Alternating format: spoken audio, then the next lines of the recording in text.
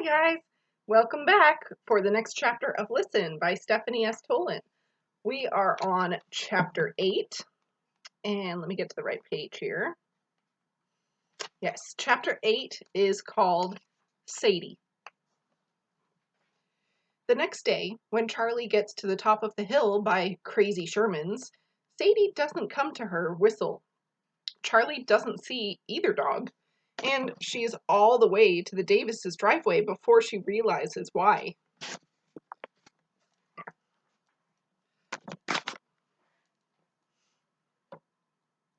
The SUV is gone, and Sadie is chained to a tree down near the house, straining at the end of her chain.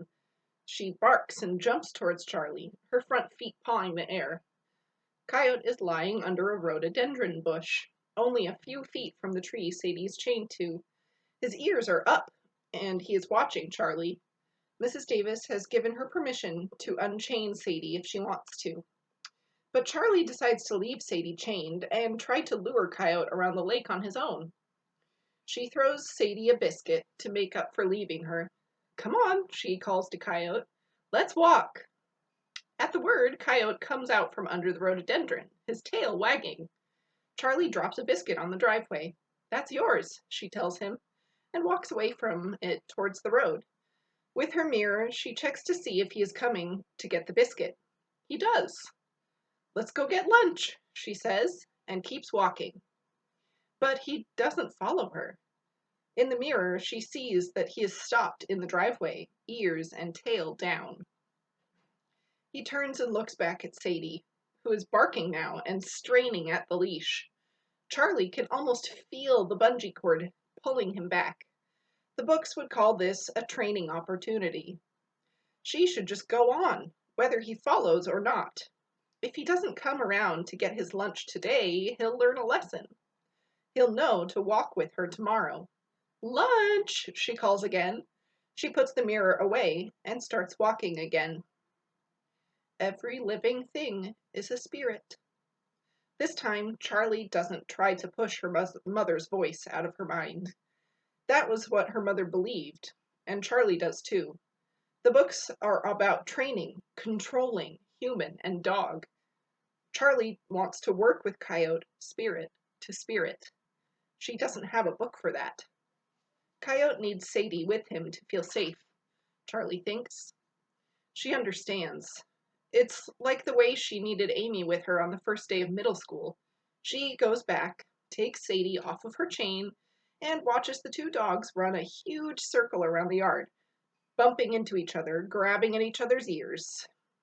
"Let's walk," she tells them, and they begin to walk in the way that has come to be their pattern. Sadie dashing ahead of her, Coyote following. Near the bottom of the hill, Coyote is far behind, and Sadie comes bouncing back, as she always does, as if to see what's taking Charlie so long. But this time she makes a lunge for Charlie's walking stick and pulls it out of her hand. Charlie has to grab a kudzu vine to keep from falling. Sadie drags the stick a few feet off of the trail and drops it. Then she stands by it, looking up at Charlie, her tongue hanging out, her tail wagging.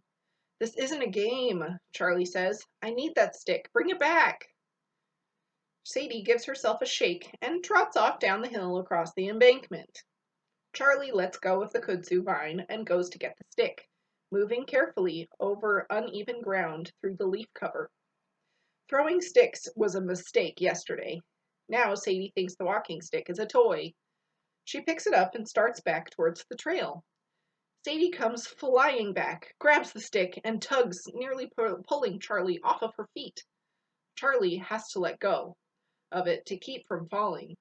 Sadie trots off with the stick, carrying it back through the poison ivy, down to the edge of the pond.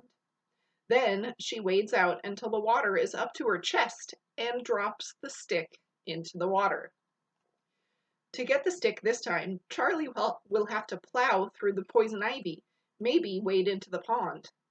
She looks to see where Coyote is and sees that he is stopped at the base of the hill. When she turns toward him, he watches instead of skittering off into the trees. Sadie, still standing in the water, barks. Then she splashes along the edge of the pond, bounding across the spillway. shakes herself, and starts up the hill on the other side. Charlie, furious, stands a while longer, trying to figure out if she can get her stick back, and then gives up. She'll just have to find a replacement in the woods as she goes.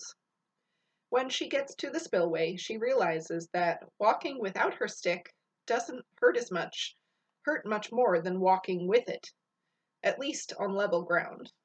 Charlie steps carefully, gingerly across the spillway, balancing with her arms out on both sides as she steps from one broken chunk of concrete to the next. When she has made it to the other side, she uses the dangling root to pull herself up to the fallen tree and climbs into it, or onto it.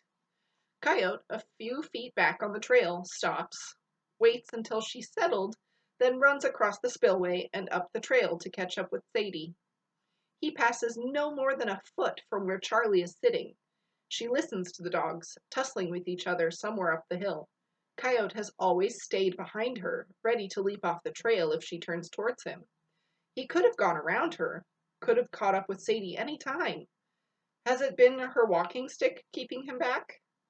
Has he been afraid to be out ahead where he can't keep an eye on the human with the stick? Charlie laughs. It's almost as if Sadie knew that. Charlie wonders if she can manage the rest of the walk without a stick. "Till you don't need it anymore," was all Tony said when she asked how long she had to use it. Maybe, just maybe, she is done with the stick. It isn't only Coyote who will be glad if she is. Progress. Her father will be thrilled. And that was a short chapter. That was the end of chapter 8. So, interesting. It seems like Charlie is making progress with Coyote and making progress with her leg pain, too. What do you think? Well, thanks for joining me, guys, and I'll see you next week, hopefully, for the next chapter of our book. Bye!